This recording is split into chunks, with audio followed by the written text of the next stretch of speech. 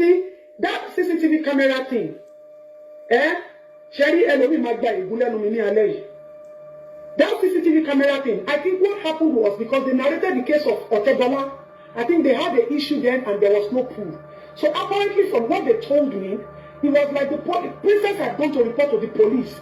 But they told princess to go and bring evidence. So Nigerian police gave princess the job of the police to go and do, instead of them to investigate. So you see how our country is messed up.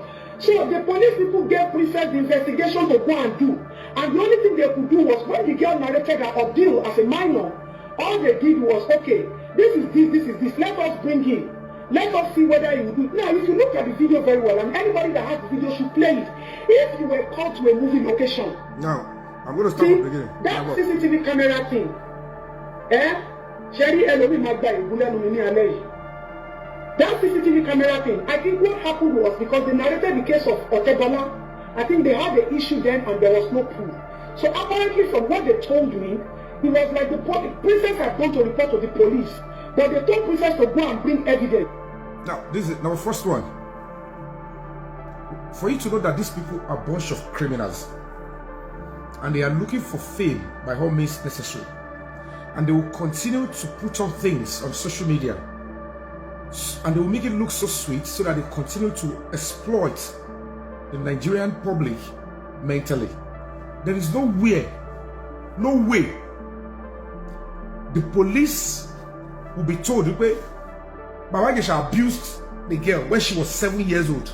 7 years ago. And then the police will say, go and bring us proof. Number one. They can be saying this to their gullible stuff. You know, just Adetoun you had to tell it plainly. Don't take paroboyon. Ọlọ́run tó fẹ́ jẹ́ kẹ́ mọ̀ oro èyàn tó jẹ́. Ó jẹ́ kí àwọn kan yẹn ti ṣẹlẹ̀ ṣáájú ọjọ́ èní. You can see who they are. You can see who Iyabo is. Now, it makes no sense. They have to arrest her eventually. Because she came out to say this. She needs to prove to the police which of the station, which police officer, loading an incident that happened 7 years ago. The princess did not see anything, did not even witness anything, and she wrote statement and complained to police. Police said, no, go and bring us proof.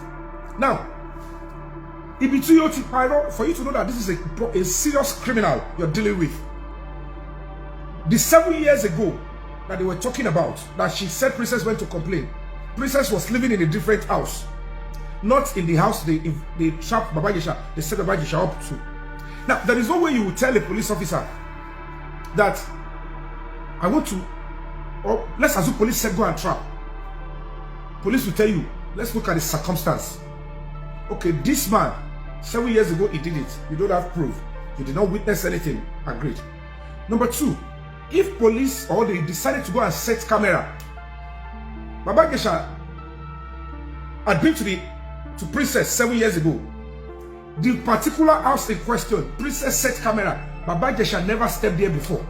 For Mobe. Make it make sense. It's illogical. How can you set camera down for somebody that you don't know whether the person will come to the house in the next 20 years? Normally, in a situation like that where they set camera, when you go and report that, I think the person, my nanny, is abusing my daughter, is abusing my son, and I don't know. If you report to police, because the nanny is still coming to the house to take care of the child, they will say, you know what, send the nanny out, send her on errand, far place. Then we'll bring our experts, they will install camera. So whenever you are at work, don't worry, we'll be monitoring from wherever we are, or we'll be checking the camera every week to see if the person will do it. At least, if the nanny is abusing the child, or is abusing an elderly person, because of her because she's still on the job, she will do it one way or the other. Maybe this week, next month, she will still do it. There is no way they will say they should set camera for somebody that has not been to your place in the last 7 years. Social media. The only unfortunate aspect is that the trap yielded results for them. And the only result, the Kolofe came out brandish on the social media. But if you truly and honestly go through the process, so if you achieve a result here, you will know they are criminals. This is organized crime. It has no propensity in law, and the prerequisite for all these actions are heralded in law. So the only difference between me and them, and some of you people that are very knowledgeable, is that you are not dwelling on the end result achieved through crime here. We are looking holistically. How did you achieve this stuff? And when you see how they achieved it, you realize that too many lies, manipulation, concussion, obstruction of justice, and extreme high-handed capital offense crimes were committed to achieve that nonsense. And you realize that I'm coming to the no sound. Can you guys hear me on Instagram?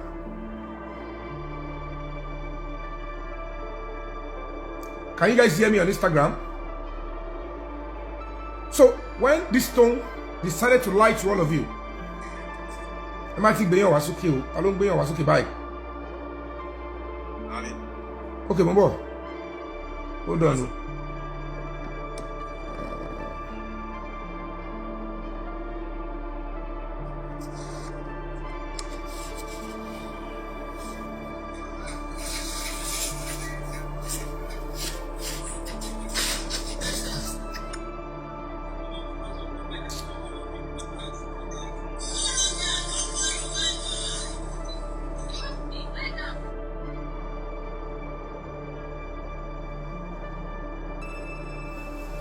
Go.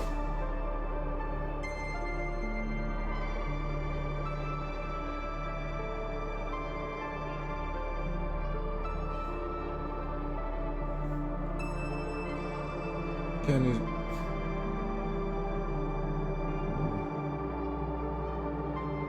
Go. I might think Beyon should kill. So that is the first thing that you must know. I'm going to replay it back. You can hear a nonsense again. See, that CCTV camera thing. Sherry Elomi Magba Igunlelumi Aleji. That CCTV camera thing, I think what happened was because they narrated the case of Otedola. I think they had an issue then and there was no proof. So apparently from what they told me, it was like the princess had gone to report to the police. But they told princess to go and bring evidence. So Nigerian police gave princess the job of the police to go and do, instead of them to investigate. So you see how our country is messed up. Sherry B, can't take back pay. Everybody no opportunity at my show and lopa. Is that the reason why they must play on the intelligence of innocent people at the expense of the temple of justice? Let me be honest with you.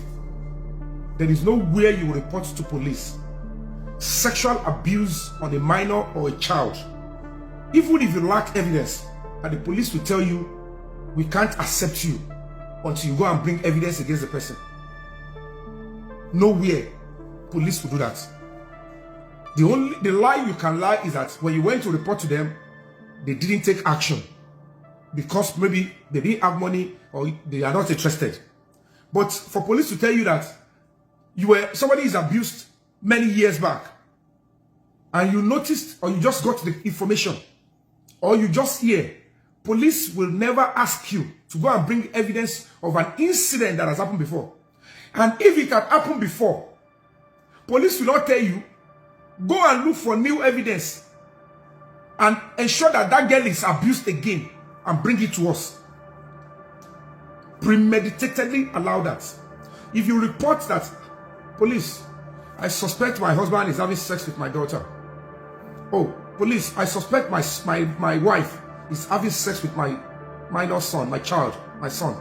I suspect my housemaid is always abusing my child. I suspect my nanny is always abusing my mother, my aged mother, somebody. Police will say, okay, for us to get evidence, let's allow the person to move out of the house, or when she's not around, when she has gone home. Quickly invite us. We'll set a camera in that space. Tomorrow hidden. It will give us real-time incidents. And at that point, when the cameras are installed, they will not inform the victim, and they will not even be the one to invite the alleged predator or abuser down. They will want it to happen natural. That is the difference that people don't know. Now, this woman, she eventually accepts. It was a setup. Am I going on? So the police people gave Princess the investigation to go and do. And the only thing they could do was when the girl narrated her ordeal as a minor, all they did was, okay, this is this, let us bring him. Let us see whether he will do it. Now, if you look at the video very well, and let us bring him. If you were called to a movie location, there is nobody that is denying that Princess set Baba Ijesha up so that they could gather the evidence or fact check what the young That's what I'm going. Said there is nobody. Let me play it back so that you can hear. Further, let me confess for him. This is supposed to be a murder. Am I going? Sure. There is nobody that is denying that Princess set Baba Ijesha up so that they could gather the evidence or fact check what the young girl said. Now, this is brilliant now. I have been vindicated. This is one of the lead actors in 2021. And we were coming up to say that this is a setup. And this one that she's lying, normally, it is important for the police to arrest this person.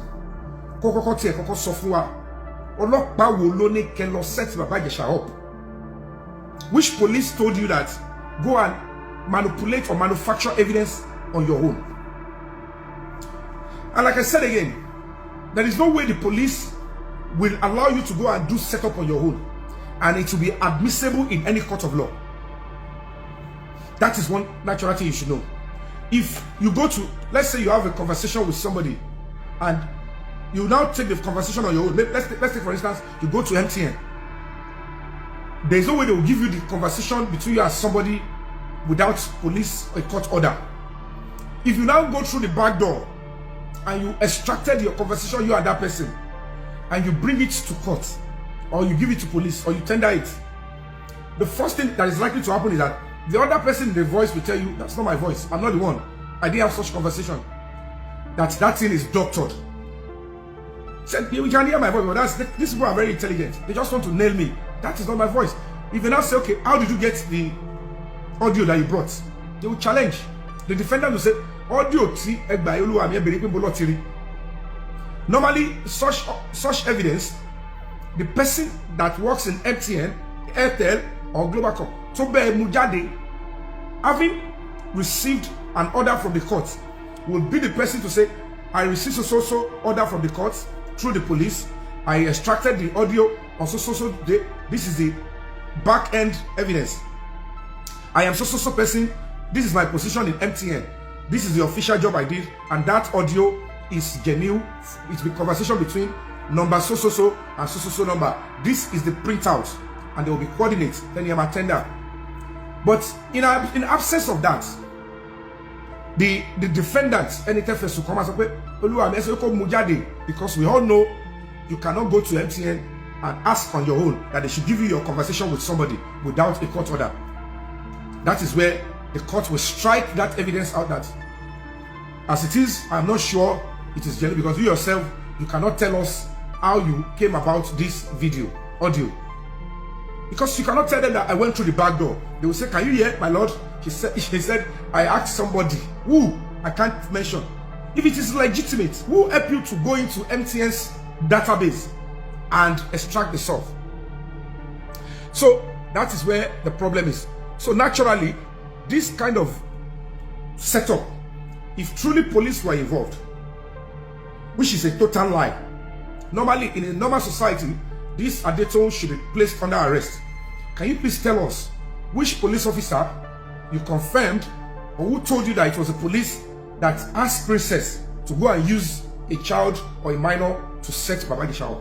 And another thing that is so funny is that these people will claim they are fighting. We all know certainly that every time bring up down, ATI, minor, rape, all they will do is have sex with this person, and then if things go south, say the person rape you. We cannot deny the fact that they continue to use sexual abuses to destroy their targets. And most times in the gender stuff, receiving them. Rape, but they will always find way out and find excuse. We are not yet a strong society that go after when women do all this nonsense. And so when this particular one came up, you will know certainly that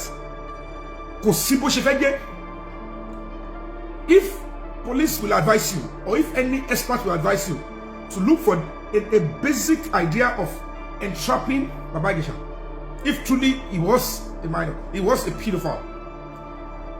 Number one, láti ìgbà tí ó sọ pé ó ti ṣe aláwọ̀kọ́ yẹn, kò ṣẹlẹ̀ kejì, kò wọ ẹwà sílé yẹn, kò target ọmọ yẹn. Ìgbà tó sọ pé Baba Ijesha fọwọ́ kọ ọmọ when she was 7-year-old, ọmọ yẹn ń gbé pẹ̀lú ẹ, ọmọ yẹn ò sick, ẹ̀jẹ̀ ò yọ̀ ń díẹ̀, kò gàdí rìn, nǹkan kò ṣe, wọ́n dẹ̀ ló kọ́kọ́rọ́ wọ́n fi disvirgin ẹ̀. Come on. These are extreme wickedness. Now, it took this lady 5 years to accept that Princess truly set Baba Ijesha up. Kí ló dé tí ó sọ nígbà yẹn ní 2021 tó dẹ̀ bá èmi lórúkọ jẹ́. So when I come up and say that setup is a criminal offense, you cannot entrap or lure anybody to come and commit crime. It doesn't make sense. I don't care what you achieve with your setup. It has no place in the law. So why would anybody support such nonsense? Number two, when you it was at that point I saw a lot of disgusting female saying they can use their own children. The moment I began to see children, one lè ta ọmọ wọn, one lè fọmọ wọn ṣẹ́ṣó, one lè fọmọ wọn máa ta ọjà, wòsíwòsí kiri, tọmọ máa kiri lọ láti tó máa kiri láti Ṣómólú lọ sí odidi Ìkòròdú, ọmọ 10-year-old tó ti gúnyàn, 14-year-old tó ti gúnyàn, you expect that child not to be sexually abused. Because in any society where parents can continue to be reckless with their children, they are the one encouraging abuse on their own children. Canada, America, UK, you are duty bound to protect your children. If you fail in protecting your children, come about law school as time to social worker the problem. Because one teacher to formole, show you so immediately you mess up with caring for your child. I was busy at work. There is no excuse for you messing up with the safety of your children. So why imagine you will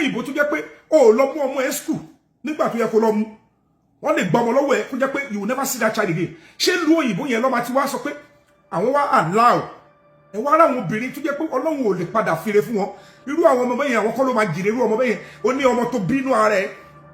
Because one disgusting woman, gather evidence.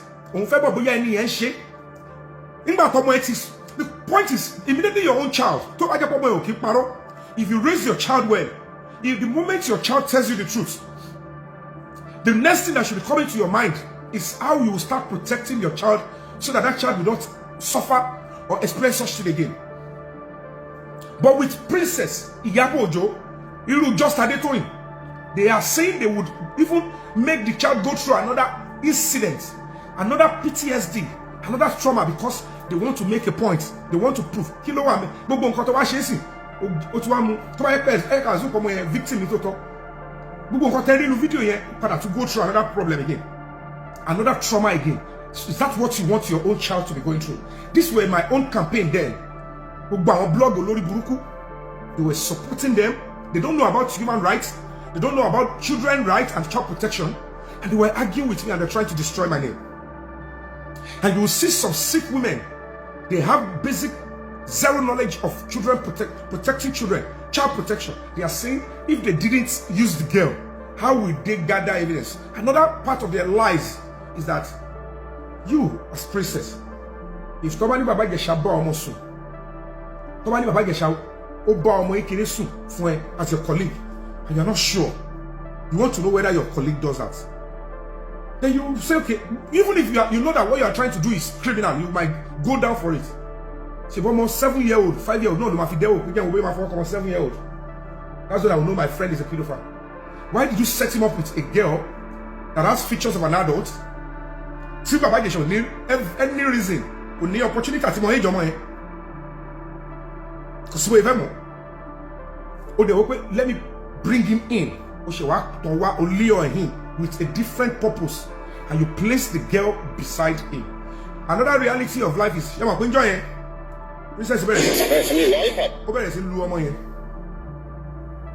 Princess was beaten. Let me show you guys. Then you tell me, why were you beating this girl, Princess? It was. Let's get that to see. Kilo de ten lu omo bi yo.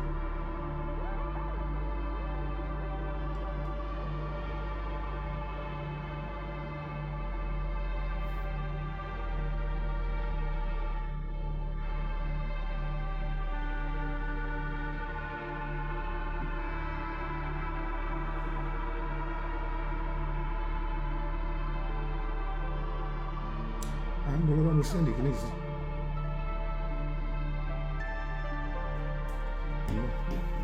Ó lu ọmọ yẹn.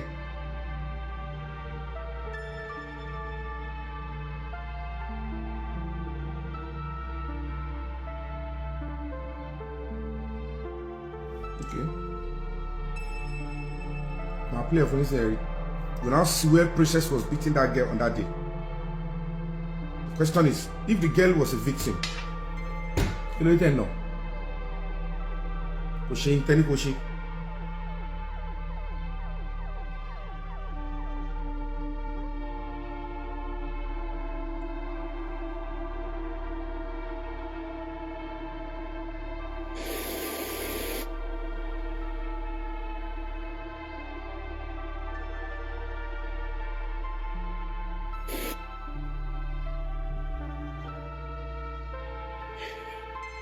Yeah, mo kí gbogbo ẹ̀yin abiyamọ.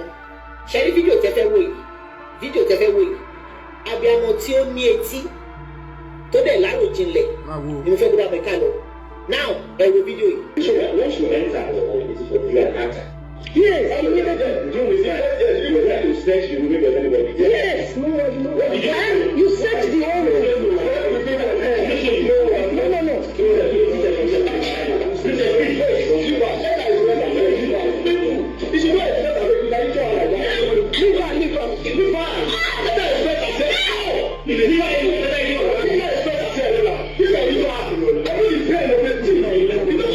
You see, Princess was beating that girl, and those people that tortured Baba Jesha, the thugs she hired, they are now saying, Princess, stop beating the girl, let her express herself.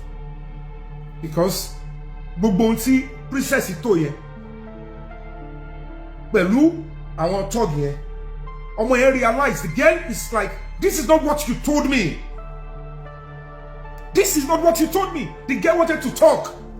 Princess began to beat the girl. Abayema, why would you want to talk? Say, let her express herself. I'm playing it back for you to hear. So when you understand this kind of a woman, because most of these disgusting individuals, they believe, number one, that justice is for victims only. No, it's because the knowledge and education that is available for Nigerian society is not detailed enough. Basic knowledge is not there, it's empty. That is why majority don't know their rights. They don't know their fundamental human rights. They don't know about justice. They don't even know about history. That is why when people like us come out, that we understand that we have a duty and we have a role to play. Sick people like Yabo Joe, Adetoun, Princess, and one kiri clarity and one way they talk about you actually think they are the ones that care about children, but they live disgusting lifestyles. And it is important that we let them know that it is not on your lives. You cannot continue to treat the rule of law and the table of justice this way because you believe in the witchcraft and the evil inside of you. You have a social media that can help you to amplify it. And anybody you destroy, you destroy. You will now realize that they are not caring about any child. Yes, no. You search the whole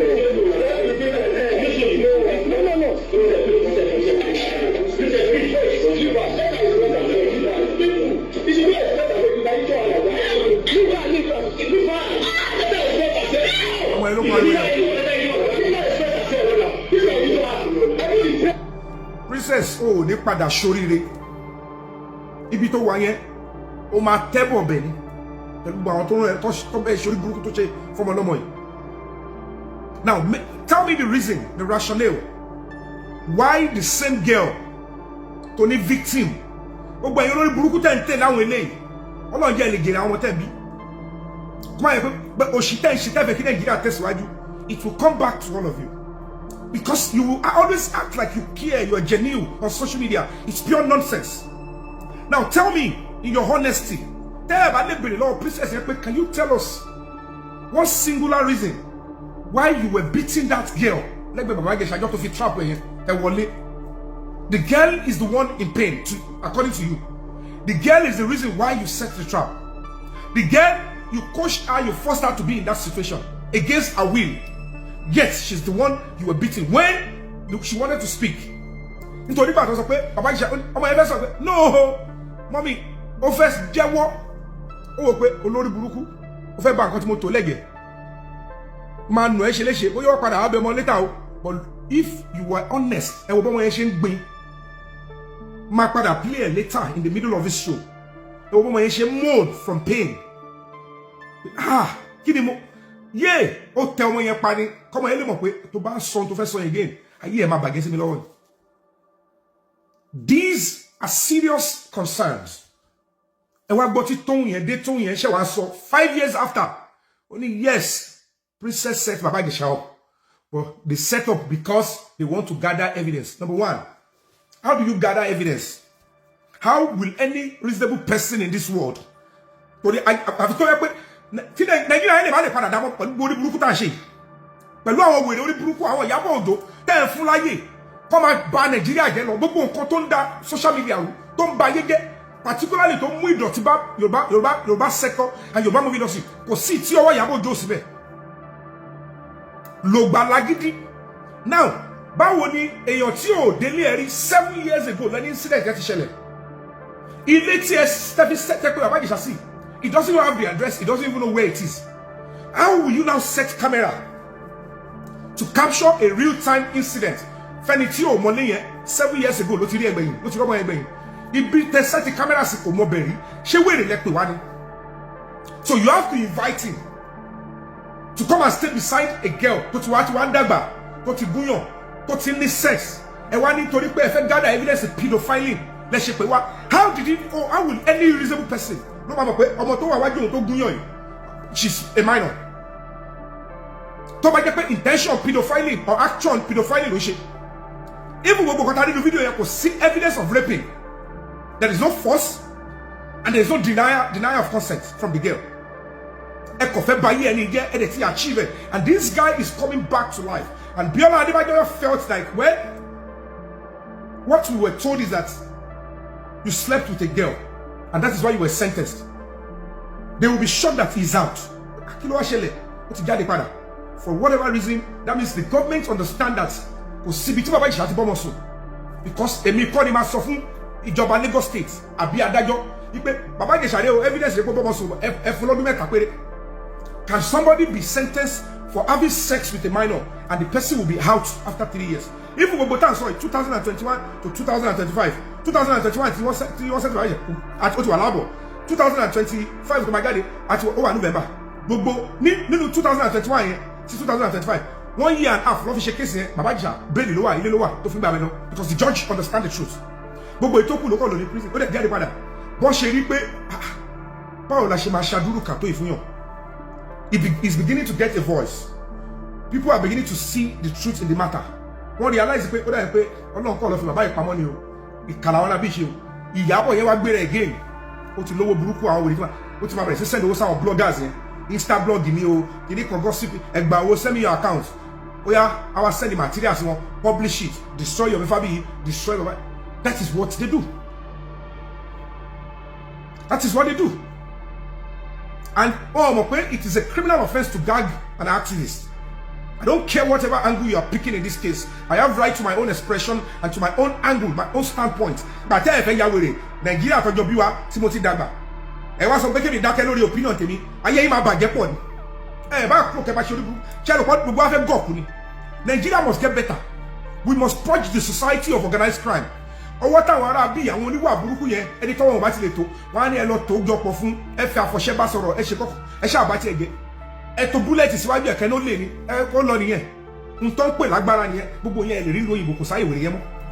because everybody in the society understand the rule of law. Kò tó lè sọ pé ó fẹ́ di junkie, ó fẹ́ di lawyer, ó fẹ́ di doctor, ó fẹ́ di mechanic, ó fẹ́ di pastor, ó máa kọ́kọ́ ní basic foundational education. So kò sí bẹ́ẹ̀ ọ̀kan ṣe fẹ́ sọ pé ò ní mọ right. That is why I will always respect Asiwaju Bola Ahmed Tinubu. Immediately he became the president, the first thing he said he's going to target is education. Gbogbo òṣì àtòrí burúkú tó ń bọ̀ orílẹ̀-èdè Nàìjíríà tí ò fi tẹ̀síwájú yìí. Kò ṣe pé nítorí àní church tó pọ̀ tó, kò ṣe pé nítorí àní mọ́ṣáláṣí tó pọ̀ tó, kò ṣe pé nítorí àwọn ìṣẹ̀ṣe òpọ̀ tó. Is lack of education.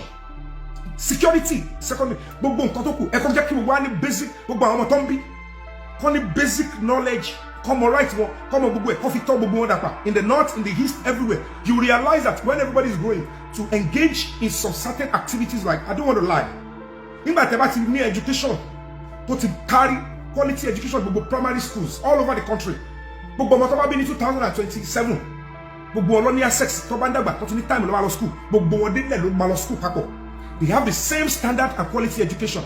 Gbogbo wọn lọ ti kọ́ pé wọn gbọ́dọ̀ parọ́, gbogbo wọn lọ ti kọ́ pé this is the duty of police, gbogbo wọn lọ ti kọ́ pé you must not be hypocritical, gbogbo wọn lọ ti kọ́ pé o gbọ́dọ̀ máa set you up. By the time they all grow up and they become adults and they go to different fields, àti tó fẹ́ yọmọ ọ̀tá, àti tó fẹ́ jẹ́ doctor, ẹ rí pé gbogbo wọn máa ronú basically pé there are some certain things I don't do. Tó bá dẹ̀ ti commit crime ni wọn tọ́lọ́pàá bá ti fẹ́ sí wọn máa jẹ́wọ́ straight pé I'm sorry I did it, I'm not supposed to do it, because wọ́n mọ̀ pé gbogbo nǹkan yẹn kò sí nǹkan mi tẹ́fẹ́ tí bọ́nu brain ẹ̀ mọ́. Education yẹn ti jẹ́ kó mọ̀ pé this is civility, this is civilization, this is crime, this is lying. Oh, gbọ́dọ̀ parọ́ mọ́yàn. So when you see this nonsense, when me I was fighting there, it was just Adetoun 5 years after.